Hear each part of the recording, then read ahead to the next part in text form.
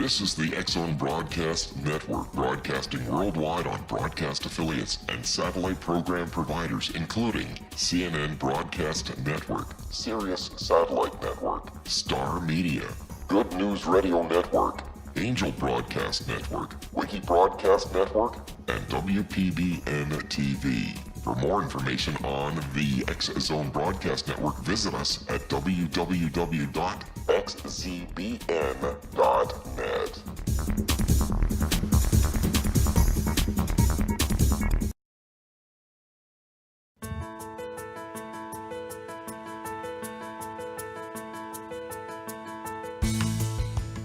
Hiya, curious minds. Welcome to CC with BB. Connecting with Coincidence with Dr. Bernie Beitman, MD. That's me. This is the only radio show in the world dedicated to the study of coincidences, synchronicity, and serendipity. We are coming to you through X-Zone Broadcast Network, located in Hamilton, Ontario, Canada, and mighty cold right now, broadcasting all over the world. One of the most important questions from modern science and all humanity now is the relationship between mind and brain. Does brain really produce consciousness? I'm a psychiatrist. I help people with medications and psychotherapy. So I work with both mind and brain and get a chance to try to answer this question. With coincidences, you need your mind to recognize them, and you need your brain to talk about them. Synchronicity spoken here. Remember that coincidences alert us to the mysterious hiding in plain sight. In other words, coincidences alert us to possible causal connections not recognized by modern science. Put connecting with coincidence, the phrase connecting with coincidence, in your search engine and find my Psychology Today blog, my website, my social media site. And would you like to know how sensitive to coincidences you are? Take the Weird Coincidence Survey on my website. Today we have a humdinger of an interview, ladies and gentlemen, a humdinger. Our guest today is Roderick Main, and I've been an admirer of Roderick's work for many years now.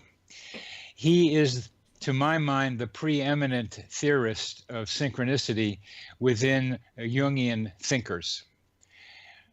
He is a Jungian, and boy, to me, is he a Jungian. He has studied synchronicity very thoroughly from Jung's perspective. How does Jung think about coincidences, synchronicity? How does he put ideas together? How does he sharpen them? And where are some of his problems? Where are some of Jung's problems with understanding synchronicity? Jung was the originator of the term, as most of you know. He came up with the idea of synchronicity and labeled it. And the way he labeled it probably came from some Chinese thinking that he was exposed to, meaning that synchronicity refers to things falling together in time. Synchro, together, time, chrono, falling together in time. And to read about how Jung lived his life, you could see that synchronicity and coincidences played a strong part in just how he managed his thinking and responses in everyday life. He saw nature and one's surrounding environment as a living matrix of potential synchronistic meaning that could illuminate the human sphere. He attended to sudden or unusual movements or appearances of animals, flocks of birds, the wind, storms, the sudden louder lapping of the lake outside the window of his consulting room, and similar phenomena as possessing possible symbolic relevance for the parallel unfolding of internal psychological realities. He was constantly aware of connections between mind and external environment. Roderick Main has analyzed Jung's writing on coincidences and organized what he found Jung had written in Synchronicity and Jung's critique of modern Western culture in the Rupture of Time, as well as Jung on synchronicity and the paranormal, where he thoroughly explicated Jung's writings on synchronicity. In his book, Revelations of Chance, Roderick Main goes on to try to show how synchronicity and spirituality are related to each other. How does synchronicity tell us more and more about our relationship with things beyond what we see with our five senses, what we can pick up in ordinary reality?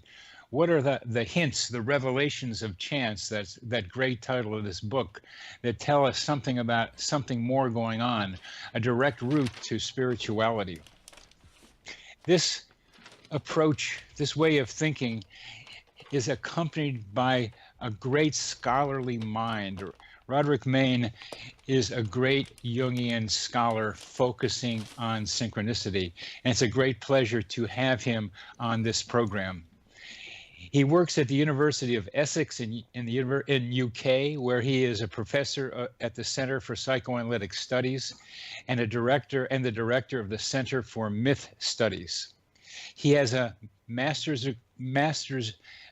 an MA in classics from the University of Oxford and a PhD in religious studies from Lancaster University. He thinks so clearly and so well. In our next segment, we will have the opportunity to listen to a man who understands synchronicity from a Jungian perspective better than most people on Earth.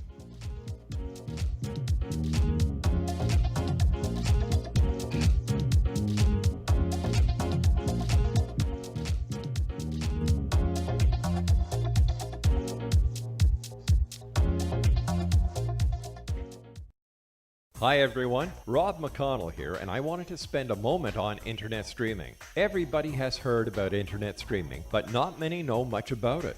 Did you know the internet streams just about everything? Movies. From new releases to old classics. TV shows. Almost every show, every episode, and much more. But the question has always been, how do you do it? Well now, thanks to the folks at 123 Ready TV, I have the answer for you. They have developed a simple program app, 123 Ready TV, that you install on your Windows PC, Android smartphone, or Android tablet that can have you streaming like a pro in less than 5 minutes. You truly won't believe how much is available or how easy it is to do until you try. And for a one-time cost of only $19.99, this product is a real winner. To learn more about 123 Ready TV, visit our website at www.xzbn.net.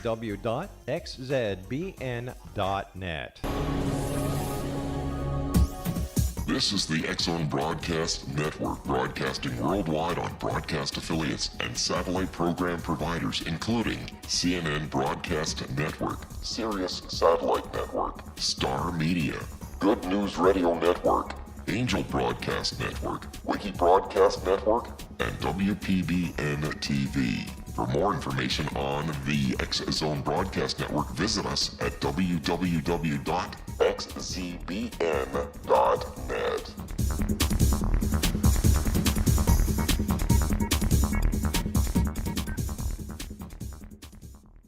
How would you like to be able to read other people's minds? Well, the next best thing is here. When you know how to read a person's name, you know how the person thinks, feels, and behaves. Each letter in our name holds a key to unlock our true essence. Our name contains both our gifts and challenges in this lifetime. Mnemology science discovers personality secrets hidden in the placement of the letters of our names, including the first and last impression people remember about us. Sharon shows us how to interpret the arrangement of letters as outlined in her book, Know the Name, Know the Person. Sharon Lynn Wyeth created mnemology science after 18 years of research and testing her theories, and has supported thousands of people around the world in understanding themselves and others better. You'll enjoy Sharon's unique teachings as she shares her system to learn the gifts behind your given birth name. Even if you don't like your birth name, there are jewels in this book. If you're thinking of changing your name, ready to name your child, or wanting to get along better with others, this is the book for you. If you'd like to improve your relationships and change your life for the better, get the book today, Know the Name, Know the Person, or visit www.knowthename.com. That's www.knowthename.com.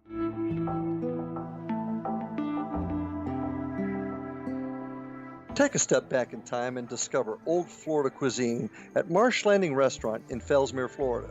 Enjoy delicacies such as frog legs, gator tail, catfish, and swamp cabbage, or enjoy the more traditional cuisine such as hand-cut Angus steaks, ribs, and seafood. Join us for breakfast with a southern flair featuring sweet potato pancakes, biscuits and gravy, and much more. Planning a party? Marsh Landing's private dining rooms can accommodate groups from 8 to 80 people. While you visit, enjoy the historic pictures, artifacts, and stories that line the walls. Marsh Landing is truly a unique experience. Marsh Landing Restaurant, 44 North Broadway in historic downtown Fellsmere, or visit marshlandingrestaurant.com. Marsh Landing, old Florida cuisine at its best.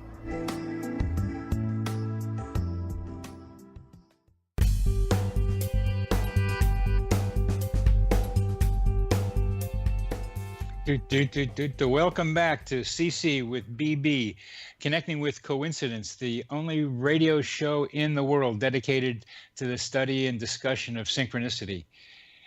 Our guest today is Roderick Main, a preeminent Jungian scholar, and it's such a pleasure to finally get to talk to you, Roderick, after reading so much of what you've written. Welcome to the program.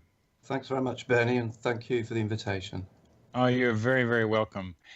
How did you get interested as a religious scholar, as a Jungian, in being so thorough in your explication of Jung's thought on synchronicity?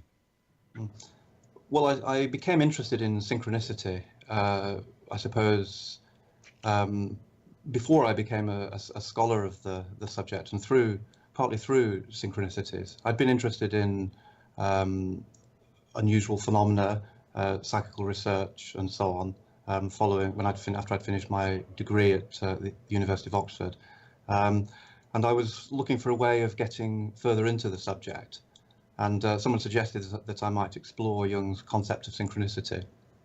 I was aware of Jung's work. I was slightly aware of synchronicity, but I hadn't explored it. What were some of the experiences that set you up for being interested in it? Well, I suppose there was one pivotal one, really, which was after it had been suggested to me that I might be interested in this, I took the step of going to a library and getting volume 8 of Jung's collected works, which contains the relevant essay and the essay on synchronicity. I went to, then I sort of put it aside and went out, had some other plans for the day. Whilst I was out with a friend who was kind of interested in these areas as well, we ended up going to a restaurant, a fish restaurant, and we're sort of talking about coincidence and so on. And just as we were about to cut into our fish, there was a TV program on in the restaurant showing a film, an old film starring Robert Mitchum, in which he sort of harpooned a fish, and it was a very minor coincidence, but I sort of registered it and was mildly amused. Returned to my flat and started reading the essay which I got out that morning, and discovered that Jung starts off his work on synchronicity by describing a series of incidents, a series of putative coincidences involving fish, a whole series of them. So that was a sort of a coincidence with my earlier coincidence, if you like, and this sort of got me gripped in a way. There had to be something about your mind that was alert to this way of thinking. Yes, yeah. I mean, I'd been interested in sort of unusual phenomena, I suppose. I'd been, despite my sort of education, in a sort of quite a sort of a rational mode, if you like. Yeah. I've been interested in phenomena that were suggested there was something else going on, that sort of subverted expectations and transgressed the usual boundaries. And I hadn't had a great number of such experiences, but sufficient just to make me deeply interested, I suppose. Good. Yeah. Okay. So after the fishy incident, then what? Well, I sort of became interested and started exploring it informally, and then after a while, I decided I would see whether I could pursue this more formally, and apply to do a PhD at a couple of. I applied to a couple of places, and eventually I was accepted at the Lancaster University, and there I undertook a PhD in the Department of Religious Studies, focusing predominantly but not exclusively on Jung's theory. But that was where I sort of acquired my deeper knowledge of Jung and my deeper sort of understanding of synchronicity. And the work that I did for my PhD is mainly the work that found its way eventually into my book Revelations of Chance. Was that Pleskett story part of your dissertation, your PhD? Absolutely, yes. This is a phenomenal collection of coincidences. I mean, the total collection that he's got of his own experiences numbers, probably several hundreds. And he shared a substantial amount of this material with me. It came to me via some other people that we knew in common, and he allowed me to use it, to analyze it as part of my PhD, which I did. Yeah. And so you did. It's not an easy thing to read, that description. I've had to go after it 4 or 5 times, Yes, and I've just finished it. I mean, I went through it in more detail. There's something that's disconcerting or off-throwing, and it's because it's a different kind of writing than most people, including me, are used to. But you were able to see lots of themes in that, and be able to make some judgments about the connections between his experiences and spirituality, at least as he tried to be able to do that. For our audience, I think it would be extremely useful if you would define as best you can, and you did define it in Revelations of Chance, what you mean by spirituality, and then maybe how synchronicity gives us a window onto spirituality. Yeah, I suppose I was, in that work, I was seeking an understanding of spirituality, which was quite broad. I didn't want to tie it down to any particular religious orientation, so I attempted to have quite a broad understanding, and I, in the end, I sort of described it as a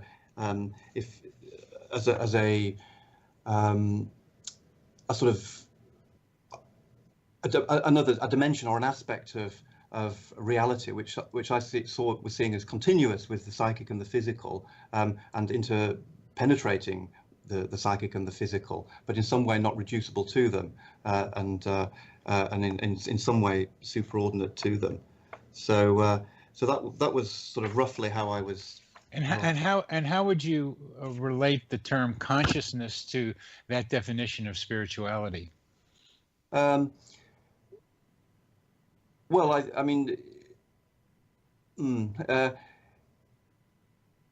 consciousness is a term, obviously, that can be used and is used in lots of different ways. And Jung, for example, uses consciousness in distinction from the unconscious, whereas very often in the literature, in the sorts of areas that we're both interested in, consciousness is used in a much broader sense. Yes, in a sense of like a cosmic consciousness, or a sort of a sort of a deeper sense of mind that transcends ordinary human experience, and so on.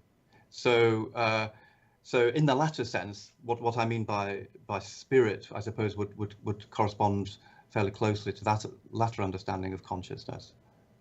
Yeah, it's a hard question I ask, because it's a hard question we're trying to answer, just what it is. I think the idea of interpenetrating as well as superordinate are crucial words you're using there to describe something we don't really understand. I use the analogy of dark energy and dark matter to.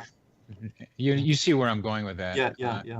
That there's a hint of something anomalous. There is something anomalous going on, and we can't explain it in conventional terms. So we have to hypothesize something else, and that something else is consciousness, or spirituality or spirit. Both words get stretched a lot. I've been, as you probably saw, trying to develop an idea called the psychosphere, which is kind of the spiritual consciousness, just mostly here on Earth, just because it's more palpable and something that I can get my hands on. But let's go away from the kind of these more general things, which you really touch on back and forth in the Revelations of Chance. You go for it and then come back to it. It's all these different views and perspectives that you try to get on spirituality through the lens of synchronicity. I think it's a wonderful. But let's talk something about. Tell us some of the stories. Particularly, I think the praying mantis one is a good one, and the therapist at the beginning, and maybe another one at the beginning of the book. Okay. There's several short stories, Yes. so I'll tell them all. I mean, they won't take very long. So the first one concerns a professor of biology, Adolf Portman, who was delivering a lecture that he intended to conclude with a story about a praying mantis. And just as he was about to broach this subject in his lecture, a praying mantis flew into the lecture hall through an open window, circled around Portman's head, and landed near the lectern lamp.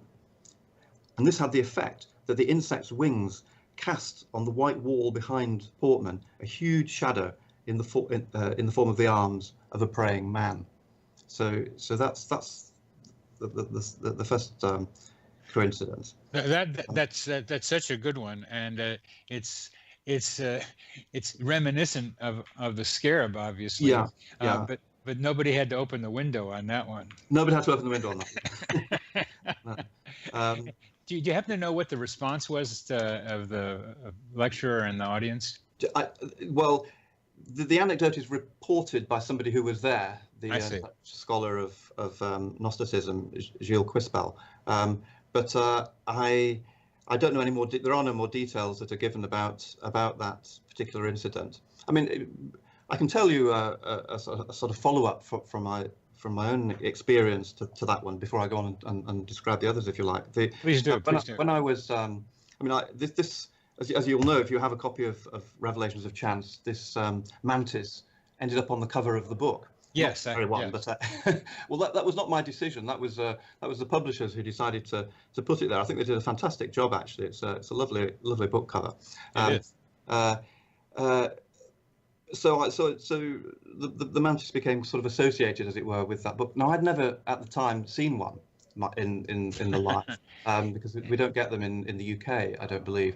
But I was visiting Japan shortly after the book came out, and went to a temple with my family and my mother-in-law, and I was away at one part of the sort of temple complex, and then I saw them sort of interested in something, and I went over, and they were standing around, and there was a praying mantis, which they were watching. So I just went and joined them, and the praying mantis then started very gingerly stepping towards me.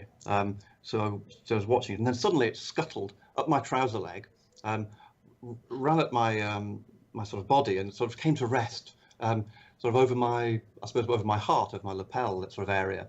I was slightly perturbed because in Japanese the praying mantis is called a kamakiri, which is a scythe cut or something. It's the large hands are not seen as praying, but more as sort of weapons for chopping off heads of other insects and so on. So it's slightly disconcerting, but I found that as a first encounter with the praying mantis. I don't know what their general behaviours are, but I found it very strange that it should sort of climb up and sort of scuttle up my trouser leg and land on me in that way.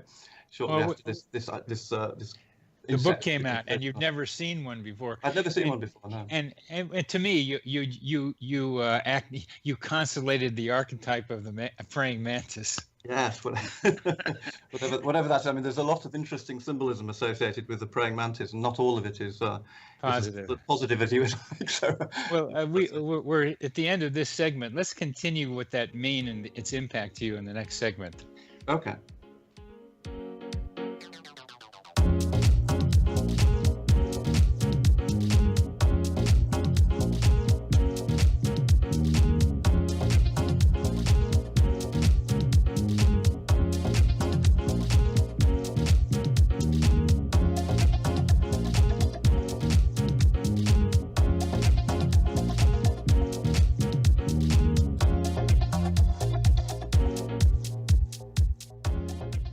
Hi everyone, Rob McConnell here, and I wanted to spend a moment on internet streaming. Everybody has heard about internet streaming, but not many know much about it. Did you know the internet streams just about everything? Movies, From new releases to old classics. TV shows, Almost every show, every episode, and much more. But the question has always been, how do you do it? Well now, thanks to the folks at 123 Ready TV, I have the answer for you. They have developed a simple program app, 123 Ready TV, that you install on your Windows PC, Android smartphone, or Android tablet that can have you streaming like a pro in less than 5 minutes. You truly won't believe how much is available or how easy it is to do until you try. And for a one-time cost of only $19.99, this product is a real winner. To learn more about 123 Ready TV, visit our website at www.xzbn.net.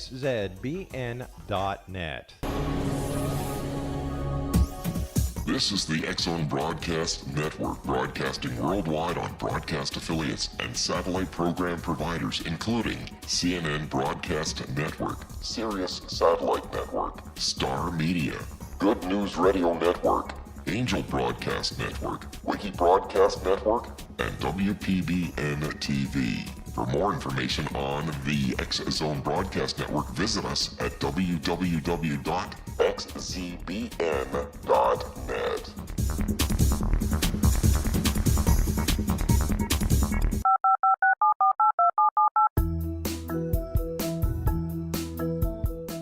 Did you know that when you're on the road with limited data or Wi-Fi, you can still listen to the X-Zone Radio Show with Rob McConnell, The Science of Magic with Gwilda Wiyaka, X-1, Dimension X, Space Patrol, and every minute of the X-Zone Broadcast Network by calling 213-401-0080, courtesy of Audio Now. No smartphone, app, or internet needed. It saves your data plan and it's free if you have unlimited minutes. Call 213-401-0080 to listen on any phone, anytime, anywhere. Remember 213-401-0080 for the best of the paranormal, parapsychology, and sci-fi radio programming anywhere, 24/7, 365.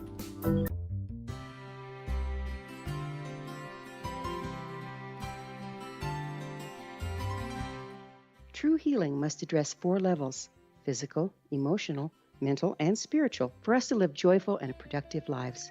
We tend to treat 3 of the 4, leaving the spiritual languishing. If you're tired of the same dysfunctional patterns cropping up in your life, Soul Balancing is for you. Trixie Phelps, owner and founder of Soul Balancing, is a naturally gifted energy healer trained in numerous esoteric forms, including shamanism. Trixie has created a powerful modality that safely and effectively clears your energetic field. A soul balancing session can remove interference, heal trauma, and restore your hope. Contact Trixie for a life-changing long-distance session today, www.soulbalancing.world.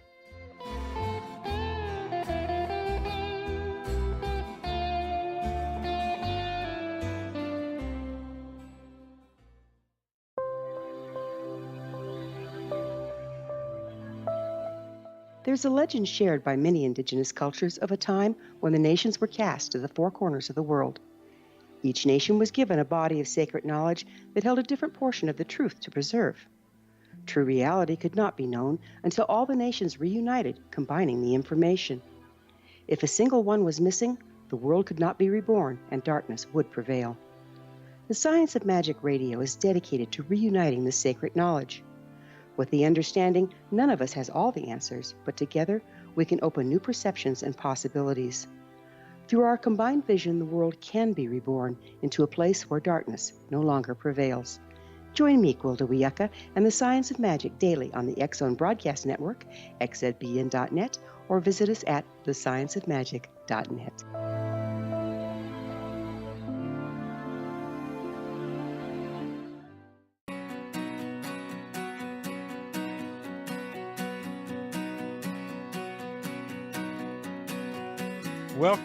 Welcome back to CC with BB, the only radio show in the world dedicated to synchronicity and coincidences.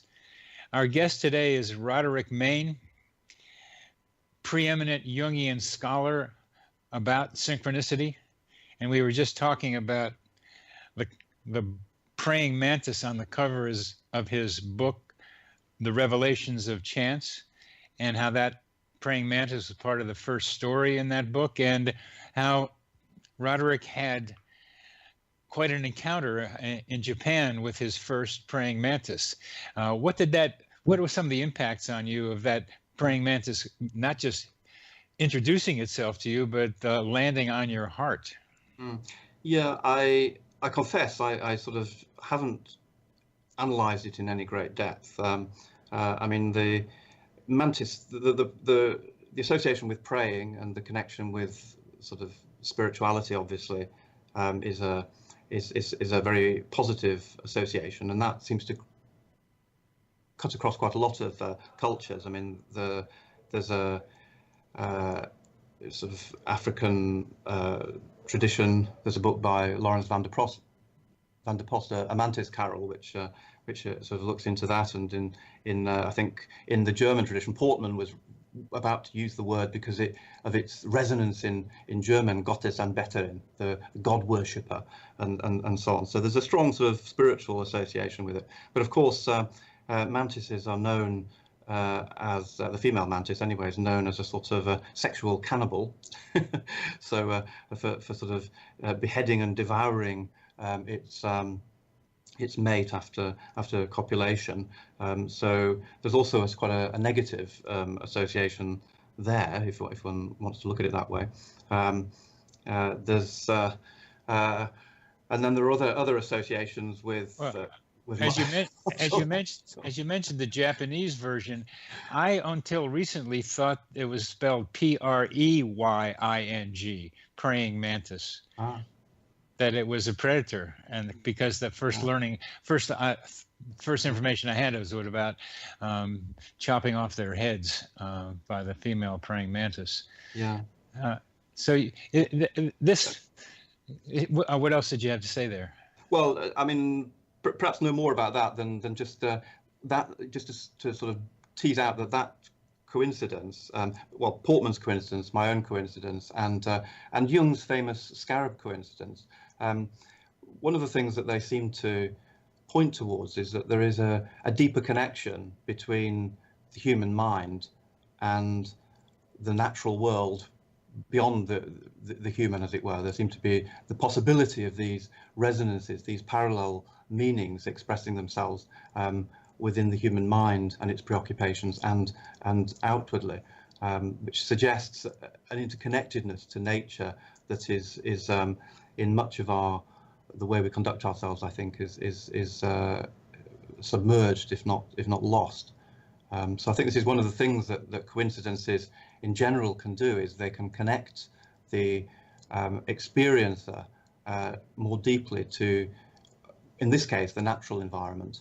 And many of Jung's own personal coincidences, not all of them by any means, but many of them did involve the natural environment. You mentioned quite a few in your introduction. Yes. In the simplest of all ways of saying it, I think what you and I are doing is trying to help people select out that subset of coincidences that demonstrates that we are connected to other consciousness, the consciousness around us, the consciousness of plants, consciousness of insects and other animals, and just the movement of the world around us is somehow not so separate from us as rational science has tried to be able to tell us. Yeah. Perhaps I can mention. I mean, in addition to that, there's also some coincidences seem to involve inanimate objects, man-made objects, and the next example in my book is a case, and it's very short. I'll just read it. This concerns the writer Paul Auster, who himself wrote several novels which are very make great use of coincidence, but he recounts that in all his years of driving, he'd only ever had 4 flat tires, and these had occurred in 3 different countries, he says, spread out over a period of about 8 or 9 years. And yet on each occasion, when he had a flat tire, the same person happened to be in the car with him. This was an acquaintance that he saw very rarely and only ever briefly, and in his relationship with whom, he says, there was always an edge of unease and conflict. So I think, here you've got something mechanical or immaterial, inanimate, the car tires sort of puncturing on four separate occasions. It's quite remarkable that it should be the only 4 times, and always just when that person was in the car, in all these different contexts. So how do you? I think of the Pauli effect when you tell me that story. Well, that's right. Many of the coincidences that seem to have characteristics that have led people to use the terminologies of psi or parapsychology. In this case, psychokinesis. There's an effect of mind on matter. You'd think it's the emotional tension that is in some way, some strange way or other, causing the bursting of the tires. Yes. Jung himself didn't particularly see it that way. He was more interested in the coincidence. He wasn't looking for a hidden causal mechanism. He didn't think that was a fruitful way forward. He was more interested in the sheer paralleling of these things, of the co-emergence of the psychic state and the physical events, and what that might tell us about might reveal about some sort of meaning, which maybe is organized on a deeper archetypal or level in his terminology. But in this case, I think, one doesn't have to look far to see that this idea of flat tires, 4 flat tires, suggests some sort of deflation or need for deflation, perhaps on the part of one or other of the members in this episode, the participants in this episode. And it does reflect the conflict that they're not going anywhere together. The car becomes presumably immobilized by these flat tires, at least for a period.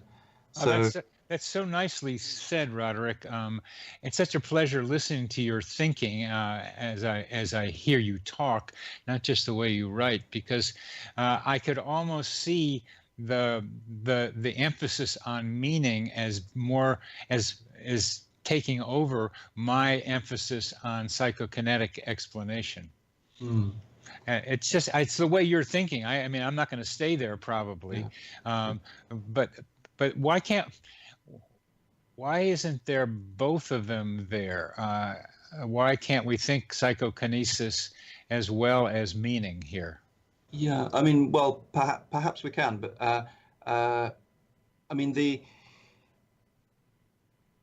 in Jung's understanding, he's very explicit though that he thinks that it's difficult to. In his when he wrote his essay on this, he's very explicit that that causal relationships can't be found. I think he's talking about efficient causal relationships rather than any other possible kind. So in the absence of that, and he refers to parapsychological experiments to try and substantiate that, the Rhine experiments, where things seemed to be correlated with, effects seem to be, as it were, predicted even before it had been possible to, before that happened.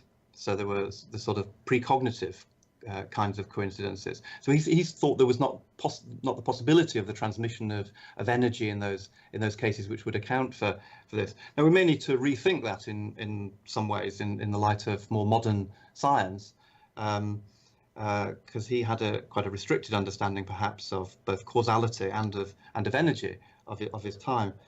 So I would be open to myself to other alternative ways of thinking about this, but he was quite adamant that what all these different kinds of events have in common is the coincidence between the psychic component and the physical component. One of the intriguing things I see about your thinking especially in Revelations of Chance, it struck me that you are at the same time that you're trying to explicate Jung, just as you just were talking about, you also have very gentle criticisms of Jung and also very gentle extensions of Jung's thinking. It's the way you write, and it's the respect you have coming through for the way Jung put these ideas down. But why can't we be thinking in the same way we talked about dark energy and dark matter, that those 4 tires going out is a low probability event 4 different times? Doesn't that suggest some other causal mechanism that we don't have an answer for yet? Well, it certainly suggests that. I suppose, and obviously coincidences historically have been prompts to seek and sometimes to find important new causal mechanisms. So it's certainly worth thinking in that way, and maybe that will be a help. But you're not particularly interested in psi and other causal mechanisms. You much more focused on meaning. Yeah, I mean, I think that's one of the things that's particularly interesting about Jung's approach to these phenomena. I think he was interested in parapsychology, very interested, and he corresponded with Rhine. But whereas much of the parapsychological work on phenomena like coincidence and other unusual phenomena tends to be concerned with 2 main things. One, trying to prove that they actually exist, prove that these phenomena exist, and 2, try to provide an explanation of them in causal terms. Jung's approach, I think, quite helpfully, without sort of delegitimizing those ways. I mean, he is concerned and interested in those things, but it sort of shifts the focus a little bit, or rather quite a lot, and places it on the question which tends to get neglected in a lot of the psychical research and parapsychological literature, which is, what do these experiences, these events mean, or what might they mean? So, and that's, if one thinks of the fact that Jung was a psychotherapist first and foremost, this is obviously partly why he's interested in that. He wants to know how this helps at a human level. So I guess that was partly what was behind it. And so do I. So do I. Indeed. And I'm a therapist. I try to understand how it helps people, how these things help people. And going to causal mechanisms with some of my patients who apparently have telepathic capacities, one of them in particular has been showing it, I try to be able to label it as that, and we don't know an answer for it, and the meaning is what's important. So we're coming to the end of this next segment, and we'll go on to a couple of more stories and other broader questions. Okay, great.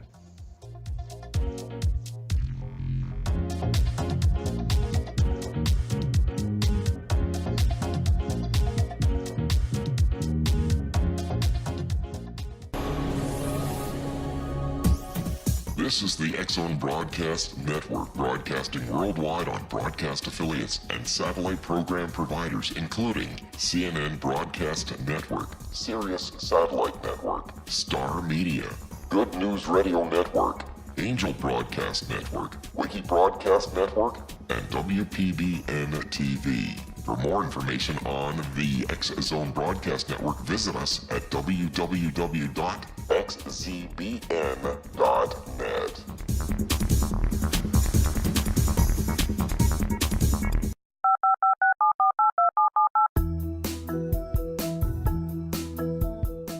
Did you know that when you're on the road with limited data or Wi-Fi, you can still listen to the X-Zone Radio Show with Rob McConnell, The Science of Magic with Gwilda Wiyaka, X-1, Dimension X, Space Patrol, and every minute of the X-Zone Broadcast Network by calling 213-401-0080, courtesy of Audio Now. No smartphone, app, or internet needed.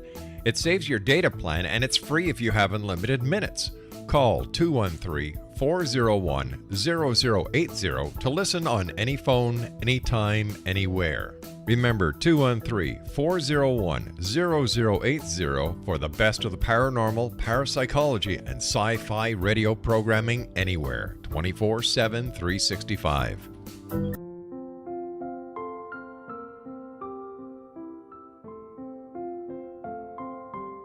I am Dr. Carl O'Helvey, founder, president of a new cancer foundation focusing on evidence-based physical, mental, and spiritual interventions, including natural cancer cures, prayer, meditation, affirmations, nutrition, and other related holistic cancer prevention and cure modalities. These are used in cancer education, research, and financing care. I ask for your help to continue this important work by donating at www.holisticcancerfoundation.com.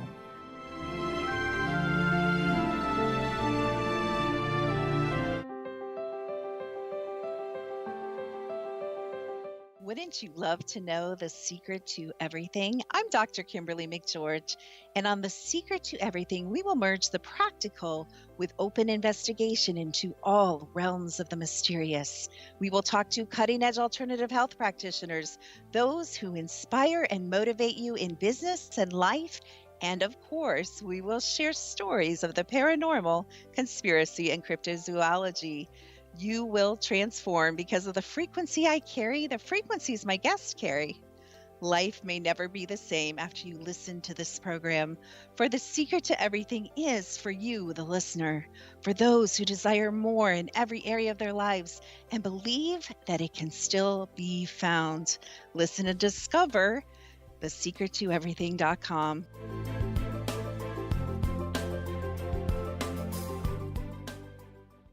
Little children aren't the only ones afraid of the dark. Millions of soldiers return from war zones with PTSD, anger, frustration, fear, and loneliness, much of which surfaces during the darkness of the night. You have the chance to change the lives of these American heroes. Songs and Stories for Soldiers.us provides free MP3 players for these men and women. With a list of 3 million songs in 16 different styles, 100,000 audiobooks, and 30,000 old-time radio programs, every veteran can find something to soothe and comfort them at no cost. All our players contain an 8-hour audio program designed to help veterans fall asleep. With 1,500 plus vets now participating, it's our goal to deliver 10,000 audio players this year. Go to our website at songsandstoriesforsoldiers.us. Help us help a veteran make it through the night.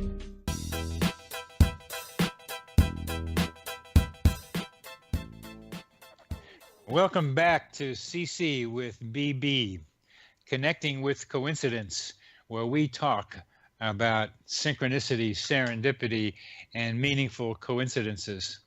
Our guest today is Roderick Main, scholar, eminent scholar in the UK, talking about synchronicity from Jung's perspective, and I like to keep hearing some of his own perspective, a little separate from the great Carl Jung. So a couple of more stories, and then we can get into some of the other broader questions, Roderick. Okay, well, I'll the next story concerns somebody who also wrote a book on synchronicity a long time ago, on coincidences. This is a guy called Bob Bloomfield, actually, very little known book. He once dreamed that he was visiting Australia with his wife and some family and friends. He was being driven in a car around a large town and came eventually to a square where he says there was a church with 3 large bells hung at ground level in the open. Now, some months later, he and his wife actually did visit Australia, and on a car excursion from Melbourne with a couple of relatives, they ended up in the town of Wangaratta in North Victoria. And there they came across a church, on the floor of which, just inside the door, not actually outside, but just inside the door, there were 3 large bells, with a further 5 lying elsewhere in the church, waiting for a new bell tower to be built. So in that coincidence, we were talking about in the previous one we discussed with the writer Paul Auster with the flat tires, there was a sort of psychokinetic effect. Here, there's a sort of precognitive effect. He has a dream, and then 3 months later, what he dreamed about seems to happen in reality. So this seems to have the structure of a precognition. Yeah. Yes, it does. Yeah. The next one I'll mention Yes. has the structure of a sort of I suppose a telepathic experience. It concerns a psychotherapist, actually Marie-Louise von Franz, one of Jung's colleagues and followers. Oh, that story came from. Yeah, Okay. that's where that comes from. And she was on vacation once when she says she suddenly had a strong visual impression of one of her patients, a patient whom she knew to be suicidal. Unable to account for the impression as having arisen by any normal chain of mental associations, she immediately sent a telegram telling the patient not to do anything foolish. 2 days later, she learned that just before her telegram arrived, the patient had gone into the kitchen and turned on the gas valve with the intention of killing herself. Startled by the postman ringing the doorbell, the patient turned the valve off again. And even more struck by the content of the telegram that the postman delivered, she didn't resume her attempt.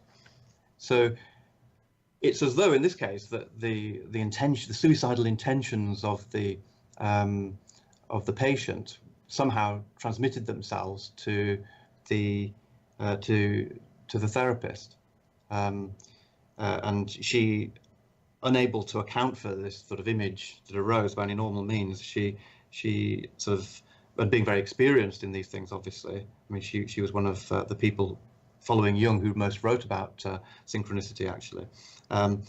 She then took the action of writing this telegram, which if it hadn't been, she'd probably phrased it in a way which was just don't do anything foolish, not necessarily being too explicit, but it clearly seems to have the structure of a sort of telepathic experience, even though again there's it's also just got the basic structure of the coincidence between the inner psychic impression and the outer event to which it paralleled. Yeah, you did use the word transmission in there, and it's kind of hard to avoid it. Yeah, because it seems so much like a telephone or email or something. Yeah. And it's hard to get away from it. We don't know how to explain it, and that's where I'm trying to go with psychosphere to some extent, to be able to explain those things. Yeah.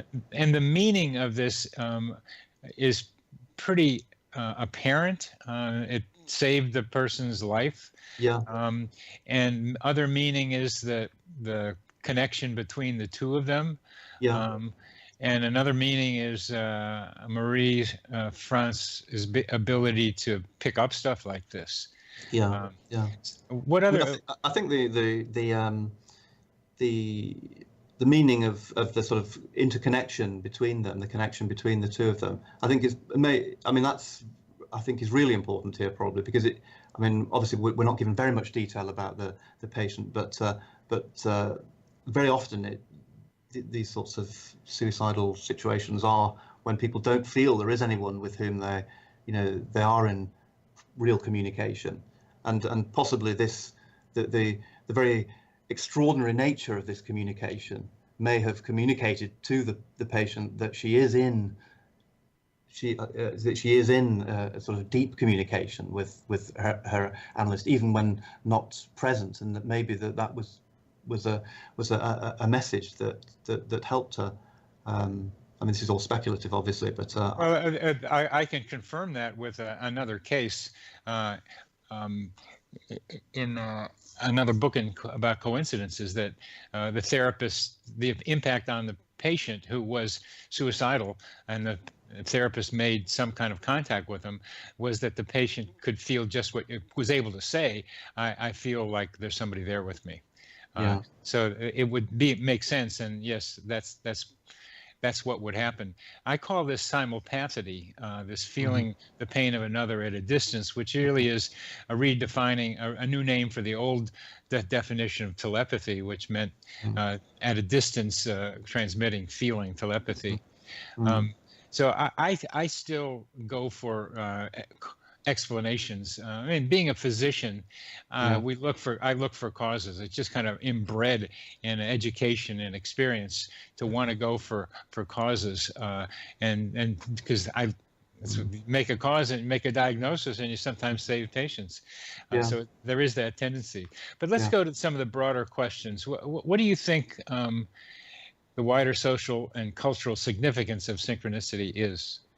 Yeah, well, I mean, in Jung's various writings about it, he himself seems to have been motivated to get interested in this by not only his own experiences personally and with his clients, but also with his sort of his concern for what he saw as the one-sided rationalism of the culture of his day, and its its reductionistic thinking, its materialism, and its the separation of the sort of religious from the scientific, of mind from matter, and so on. The sort of deep splits and divisions that were part of the sort of culture of his day. All of these things which make up what Max Weber referred to as the sort of disenchantment, the sort of disenchanted perspective that was prevalent. And Jung, I think, in common with many people of his time. I'm sorry to interrupt on this one. It's so important what you're saying about what Max Weber said, that we used to live in an enchanted environment where there was spirit. Everything had a spirit and a consciousness and something to relate to, and we've lost that. Yeah. And Jung, in a sense, part of his project, if you like, was to see whether there were ways in which one could recover that. Yes. And he with his psychology in general, he found various ways before he introduced the concept of synchronicity into it. There were various ways in which you could render the world meaningful by seeing. Looking at, for example, what had been seen as gods and spirits and meaningful entities externally in the past, by seeing them as psychological phenomena.